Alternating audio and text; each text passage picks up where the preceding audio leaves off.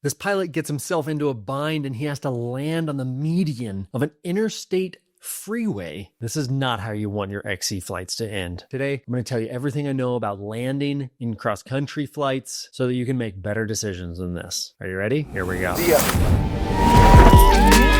I'm paragliding! See ya!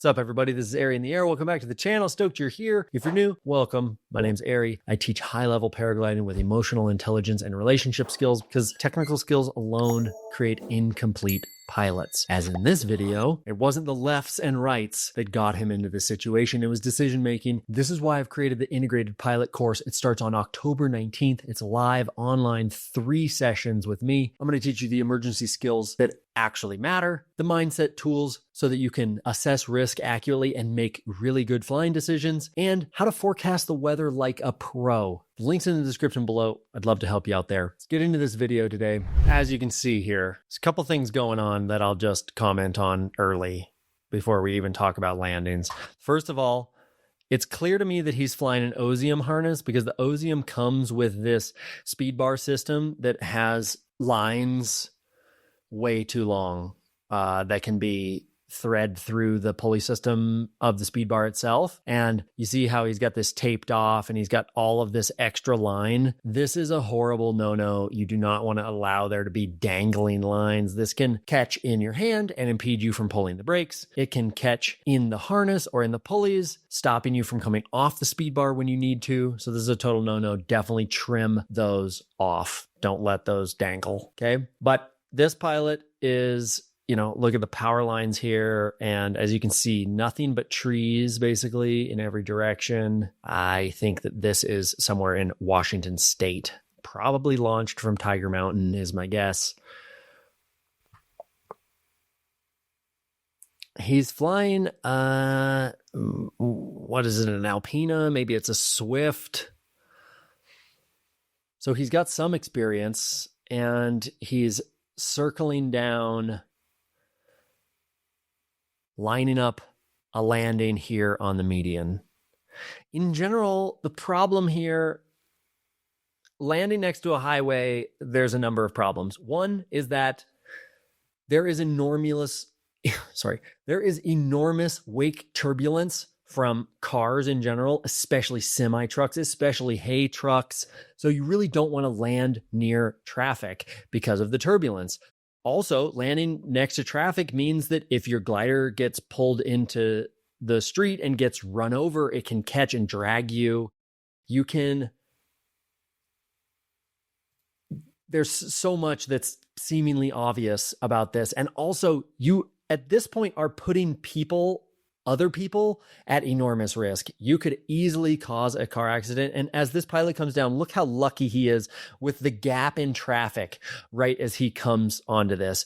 At this point, traffic is probably seeing him. You see cars are slowing down. He's definitely making himself a scene and he is very happy to land safely. And as the glider comes down, he's pulling it, trying to keep it down from going into the interstate. And as you can see, the cars are slowing down enormously and giving him some space. So all's well that ends well. But as you can imagine, if you go back in the video, it's like, okay, what got him to this position in the first place? How many decisions did he make that led him to landing on I-90? I would love to have his track log and I can kind of tell you exactly where I see those decision points, but I don't have that. And so what I can do is just remind you that having a safe landing on glide is the rule for paragliding, with no exceptions. I've been paragliding for something like 3,000 hours, and there's really only been one time in all of my cross-country experience where I genuinely looked down and thought there is no landing down there. And I was at like 13,000 feet under a cloud street making a big crossing. One time, really. Bleak landing options, maybe. But in this situation, I wouldn't call this a bleak landing option. I'd consider this a non-option, and I would not allow myself to, I wouldn't want to allow myself to get in this situation. So how do you make better decisions about what you have on glide and what landings are? First piece of advice is that landings look bigger from high. When you're high up and you say, oh, it's a soccer field, I can land there. And then you get down to a soccer field and you're like, oh my God, soccer fields are smaller than I thought. Trying to land a paraglider in, yeah, you're an aircraft. It's not that easy. I have this hilarious story of looking down and being like, oh, a baseball field, I can land in a baseball field, and then getting down there and being like, geez Louise, this thing is tight, and like having to spin the glider to get it in there and like just landing just before the fence and looking up and the sign says, Wallowa Little League. And I was like, oh my God, it's a t-ball field. So things can be deceiving from high. Also, there can be obstacles that you don't see from high. You come down, there's a small field, and now it's even smaller because there's a power line over it, all of these things. So you really just want to make really conservative decisions on your landing field choice. And also, you want to be really conservative on your glide to get there. Whenever I think of what landing field do I have on glide, I think 4-to-1, 5-to-1 generally, because even in sync with speed bar, I can manage a 4 or 5-to-1 glide. But the lower you get, banking on 5-to-1 is still something that's dangerous and sketchy. So, 3-to-1, 4-to-1, these are the kinds of numbers that you start considering when you really know that you have something on glide. And that is definitely different with the wind. You have to assume that you're going to hit sync. You can't assume that you're going to have bubbly, buoyant lift all the way from here to the wishful landing field that you've picked out. The other thing is you make conservative decisions early when you're high, and it'll just keep you safer. Isn't much glory in paragliding. There really isn't.